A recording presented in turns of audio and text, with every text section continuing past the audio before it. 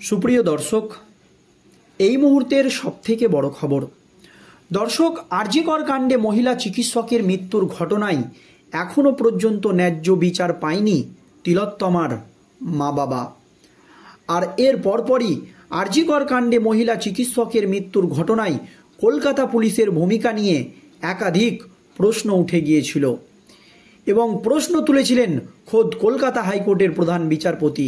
এর পরপরই কলকাতা হাইকোর্টের প্রধান বিচারপতি আর.জি. করের তদন্তভার কেন্দ্রীয় তদন্তকারী সংস্থার সিবিআই আধিকারিকদের হাতে তুলে দেয় এবং সিবিআইয়ের আধিকারিকরা বা সিবিআইয়ের আইনজীবী সুপ্রিম কোর্টে দাঁড়িয়ে দাবি করেন একাধিক তথ্য প্রমাণ লোপাট হয়েছে, সেই জন্য তদন্ত করতে গিয়ে বারবার বাধার সম্মুখীন হতে হচ্ছে তাদেরকে।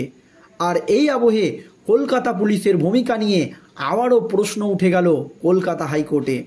এবার কলকাতার পুলিশ কমিশনার, এক কথায় নতুন পুলিশ কমিশনার মনোজ বর্মাকে চরম নির্দেশ দিলেন কলকাতা হাইকোর্টের বিচারপতিরা। কি হয়েছে আজ কলকাতা হাইকোর্টে দেখুন দর্শক। লেক থানা এলাকায় গান পয়েন্টে এক আইএএস অফিসারের স্ত্রীকে ধর্ষণের অভিযোগ ওঠে। রাজ্যের বাইরে কর্মরত ওই আইএএস অফিসার ঘটনার তদন্তে নিষ্ক্রিয়তার অভিযোগে এবার কলকাতা হাইকোর্টে ভর্ৎসিত হল কলকাতা পুলিশ। পুলিশের ভূমিকা নিয়ে প্রশ্ন তুলল বিচারপতিরা। ওসি ছাড়াও 5 জন অফিসারের বিরুদ্ধে পদক্ষেপের জন্য সিপিকে নির্দেশ দিয়েছেন কলকাতা হাইকোর্টের বিচারপতিরা।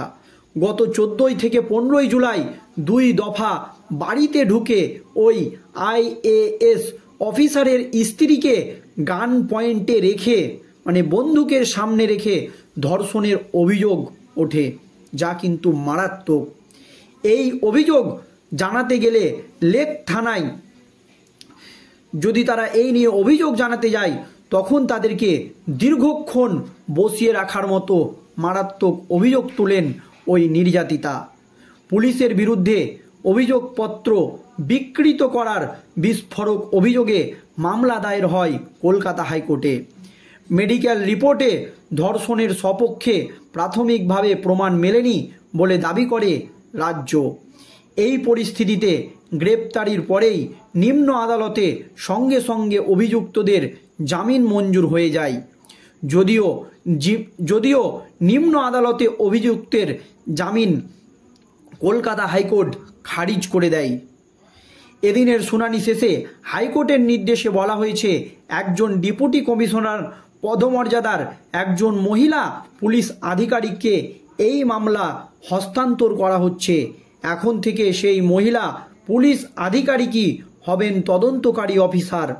তার পাশাপাশি আইন শৃঙ্খলা ভঙ্গের অভিযোগে লেক থানার তৎকালীন ওসি, একজন সাব ইন্সপেক্টর, একজন সার্জেন্ট এবং 3 জন পুলিশ কর্মীর বিরুদ্ধে পদক্ষেপ করার জন্য কলকাতার নতুন পুলিশ কমিশনারকে নির্দেশ দেওয়া হয়েছে কলকাতা হাইকোর্টের তরফ থেকে। প্রাথমিকভাবে ধর্ষণের যে অভিযোগ এসেছিল তাতে কলকাতা হাইকোর্টের বক্তব্য, গুরুতর অভিযোগ থাকলেও লঘু ধারায় প্রাথমিক পর্যায়ে এফআইআর দায়ের হয়েছে। সঠিক ধারায় এফআইআর দায়ের না হওয়ায় এবং অভিযোগপত্রকে বিকৃত করার যে অভিযোগ উঠেছে তার ফলে এই মামলা দুর্বল হয়ে গিয়েছে। ফলে এই ঘটনার তদন্তে স্বচ্ছতা নিয়ে প্রশ্ন উঠে গিয়েছে। দর্শক, প্রসঙ্গত সম্প্রীতিকালে আর.জি. করে তরুণী চিকিৎসককে ধর্ষণ ও খুনের ঘটনার তদন্তে কলকাতা পুলিশের ভূমিকা নিয়ে নানান প্রশ্ন উঠে গিয়েছে। আর এর পরপরই আপনারা জানেন আন্দোলনে এ নিয়ে সরব হয়েছিলেন জুনিয়র ডাক্তারদের পাশাপাশি বাংলার সমস্ত শুভবুদ্ধি সম্পূর্ণ মানুষ। শুধু তাই নয়, এই ঘটনায় কলকাতার তৎকালীন পুলিশ কমিশনার বিনীত গোয়েলের পদত্যাগের দাবি তুলেছিলেন জুনিয়র ডাক্তারেরা। যদিও বিনীত গোয়েল পরিষ্কার দাবি করেছিলেন তিনি তার কাজে খুশি, তবে জুনিয়র ডাক্তারদের বৃহত্তম আন্দোলন এবং সাধারণ মানুষদের সমর্থনে শেষমেশ কলকাতার পুলিশ কমিশনার বিনীত গোয়েল পদত্যাগ করতে বাধ্য হয়। আর এর পরপরও এই যে ধর্ষণের কাণ্ডে আবারও কিন্তু কলকাতা হাইকোর্টে মুখ পুড়ল কলকাতা পুলিশের। আর চরম হুঁশিয়ারি দিয়েছেন কলকাতা হাইকোর্টের বিচারপতিরা। কেন এই হুঁশিয়ারি দিয়েছে দেখুন দর্শক, 14 থেকে 15 জুলাই 2 দফায় বাড়িতে ঢুকে ওই IAS অফিসারের স্ত্রীকে গান পয়েন্টের সামনে রেখে ধর্ষণের অভিযোগ উঠে, যা কিন্তু মারাত্মক। এই নিয়ে অভিযোগ জানাতে গেলে থানাতে যদি ওই নির্যাতিতা মহিলা যখন অভিযোগ জানাতে যায়, তাকে তখন দীর্ঘক্ষণ বসিয়ে রাখার হয় এবং হ্যারাসমেন্ট করা হয়। পুলিশের বিরুদ্ধে অভিযোগপত্র বিকৃত করার মতো বিস্ফোরক অভিযোগে মামলা দায়ের হয়েছিল আজ কলকাতা হাইকোর্টে। মেডিকেল রিপোর্টে ধর্ষণের সপক্ষে প্রাথমিকভাবে প্রমাণ মেলেনি বলে দাবি করেছিল রাজ্যের পুলিশ। আর এই পরিস্থিতিতে গ্রেপ্তারির পরেও নিম্ন আদালতে সঙ্গে সঙ্গে অভিযুক্তদের জামিন মঞ্জুর হয়ে যায়। যদিও নিম্ন আদালত যে অভিযুক্তদের জামিন মঞ্জুর করেছিল, সেই আবেদন কলকাতা হাইকোর্ট খারিজ করে দেয়। আর এদিন শুনানির শেষে হাইকোর্টের নির্দেশে বলা হয়েছে, বা কলকাতা হাইকোর্টের বিচারপতি পরিষ্কার বলে দিয়েছেন, একজন ডেপুটি কমিশনার মর্যাদার একজন মহিলা পুলিশ আধিকারিককে এই মামলা হস্তান্তর করা হচ্ছে।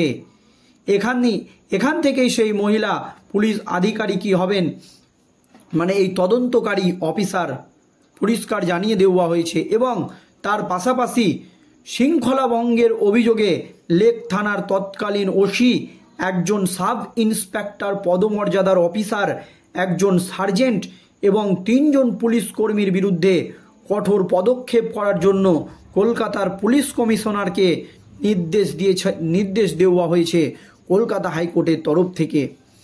আরজিকর ইস্যুতে যখন মহিলা চিকিৎসকের মৃত্যুর ঘটনায় রাজ্য রাজনীতি তোলপাড়, তখন কলকাতা হাইকোর্টের এই রায়ে কলকাতা পুলিশের ভূমিকা নিয়ে প্রশ্ন উঠে গেল।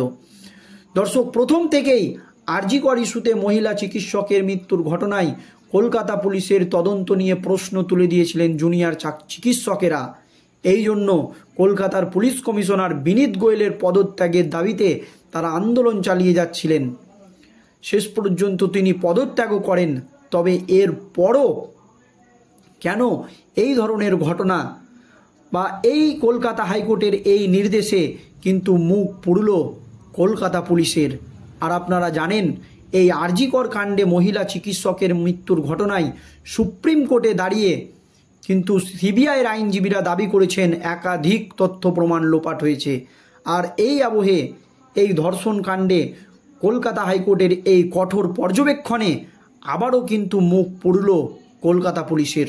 দর্শক, এই নিয়ে আপনাদের মতামত অবশ্যই ভিডিওর কমেন্ট বক্সে জানাবেন। ধন্যবাদ।